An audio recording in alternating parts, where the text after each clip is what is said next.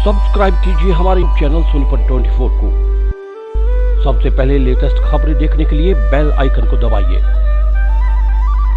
बरसात के कारण जहां किसानों के चेहरे खिल उठे थे, वहीं लगातार हुई बरसात से खेतों में पानी जमा होने से किसानों के चेहरे अब मुरझाने लगे हैं। किसानों का कहना है कि लगातार हुई बरसात के कारण उनके खेतों में पानी जमा हो गया है, जो कि कहीं निकलने के लिए जगह नहीं रही और बरसात के बाद धूप निकलने से पानी गर्म होने के कारण उनकी फसल अब पानी से खराब होने लगी है। इन खराब फसलों का निरीक्षण करने के लिए कालांवाली के पूर्व विधायक भाजपा नेता बलकौर सिंह ने क्षेत्र के गांवों सेनपुरा, रामपुरा, ढाणी सहित अन्य गांव का दौरा किया और कुछ दिन पूर्व हुई भारी बरसात से नरमा की फसल खराब होने पर किसानों के साथ खेतों में जाकर स्थिति का जायजा लिया। किसानों ने पूर्व विधायक को बताया कि बीते दिनों हुई भारी बरसात से किसानों की नरमा की फसल बिल्कुल खराब हो चुकी है। किसानों ने कहा कि ज्यादा बरसात होने से नरमा की फसल में 2 से 3 फीट तक बरसाती पानी जमा होने से नरमा की फसल काली होकर सूखने लगी है। किसानों ने कहा कि उन्होंने महंगे भाव के बीज की बिजाई की थी और दवाई आदि का भी छिड़काव किया था, लेकिन ज्यादा बरसात होने से उनकी फसल नष्ट हो गई है। किसानों ने कहा कि बरसात से खराब हुई फसल की स्पेशल गिरदावरी करवाई जाए और पीड़ित किसानों को उचित मुआवजा दिया जाए। कालांवाली से चानन सिंह गुर्जर की रिपोर्ट। ਇਹ ਜੀ ਪਿਛਲੇ ਦਿਨੇ ਜੋ ਮੌਨਸੂਨ ਦੀ ਬਹੁਤ ਜ਼ਿਆਦਾ ਬਾਰਿਸ਼ ਹੋਈ ਹੈ, ਉਹਦੇ ਕਾਰਨ ਮਤਲਬ ਇਹ ਸਾਰੇ ਏਰੀਆ ਦੇ ਵਿੱਚ ਪਾਣੀ ਭਰ ਗਿਆ। ਪਾਣੀ ਖੜਾ ਹੋਣ ਨਾਲ ਸਾਰੀਆਂ ਫਸਲਾਂ ਜਿਵੇਂ ਤੁਸੀਂ ਦੇਖ ਹੀ ਰਹੇ ਹੋ ਤੇ ਨਰਮੇ ਦਾ, ਗਵਾਰੇ ਦਾ ਬਹੁਤ ਜ਼ਿਆਦਾ ਨੁਕਸਾਨ।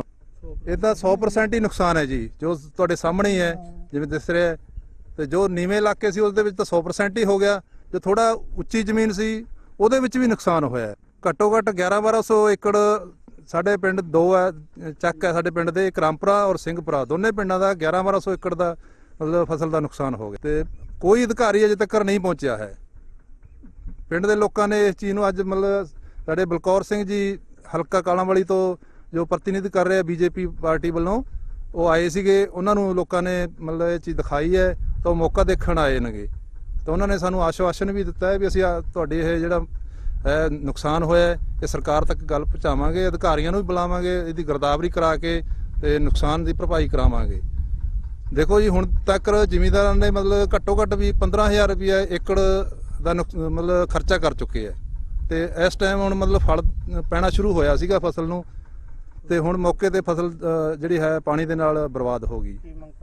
ਤੇ ਇਸ ਕਰਕੇ ਅਸੀਂ ਤਾਂ ਸਰਕਾਰ ਤੋਂ ਮੰਗ ਕਰਦੇ ਹਾਂ ਕਿ ਵੀ ਜਿੰਨਾ ਵੀ ਨੁਕਸਾਨ ਹੋਇਆ ਹੈ ਲੋਕਾਂ ਦਾ, ਜਿੰਨੇ ਵੀ ਏਰੀਆ ਦਾ ਨੁਕਸਾਨ ਹੋਇਆ ਹੈ ਤੇ ਸਾਰਿਆਂ ਨੂੰ ਮਤਲਬ ਵੀ ਵੱਧ ਤੋਂ ਵੱਧ ਮੁਆਵਜ਼ਾ ਦਿੱਤਾ ਜਾਵੇ ਤੇ ਸਰਕਾਰੀ ਅਧਿਕਾਰੀਆਂ ਤੋਂ ਗਿਰਦਾਵਰੀ ਕਰਾ ਕੇ ਇਸ ਦਾ ਨਿਸ਼ਾਨਦੇਹੀ ਕਰਵਾਈ ਜਾਵੇ ਵੀ ਜਿੰਨਾ ਕਿਸਾਨ ਭਰਾਵਾਂ ਦਾ ਨੁਕਸਾਨ ਹੋਇਆ ਹੈ ਤੇ ਉਹਨਾਂ ਨੂੰ ਵੱਧ ਤੋਂ ਵੱਧ ਮੁਆਵਜ਼ਾ। 4-5 ਦਿਨ ਜਿਹੜਾ ਮੀਂਹ ਜ਼ਿਆਦਾ ਪੈਣ ਦੇ ਕਾਰਨ ਜੀ ਉੱਚੇ ਥਾਵਾਂ ਤੋਂ ਨੀਵੇਂ ਥਾਵਾਂ ਤੇ ਪਾਣੀ ਜ਼ਿਆਦਾ ਖੜਨ ਕਾਰਨ ਪੈਲੀ ਦੀ ਵਾਹ ਬਰਬਾਦੀ ਹੋਈ, ਨਰਮੇ ਦੀ ਤੇ ਗਵਾਰ ਦੀ।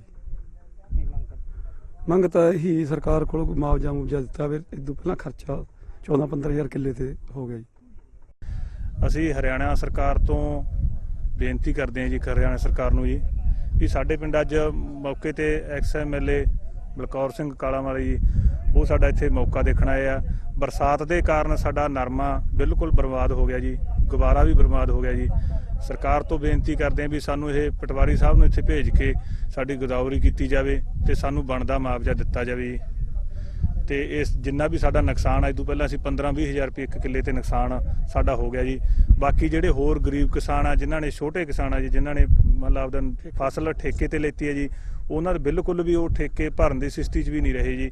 ਸਰਕਾਰ ਨੂੰ, ਹਰਿਆਣਾ ਨੂੰ ਸਾਨੂੰ ਬੇਨਤੀ ਹੈ ਵੀ ਪਟਵਾਰੀ ਸਾਹਿਬ ਨੂੰ ਇੱਥੋਂ ਭੇਜਣ, ਰਿਪੋਰਟ ਕਰਨ ਅਧਿਕਾਰੀਆਂ ਨੂੰ ਜੀ ਤੇ ਸਾਨੂੰ ਬਣਦਾ ਮੁਆਵਜ਼ਾ ਦਿੱਤਾ ਜਾਵੇ ਜੀ।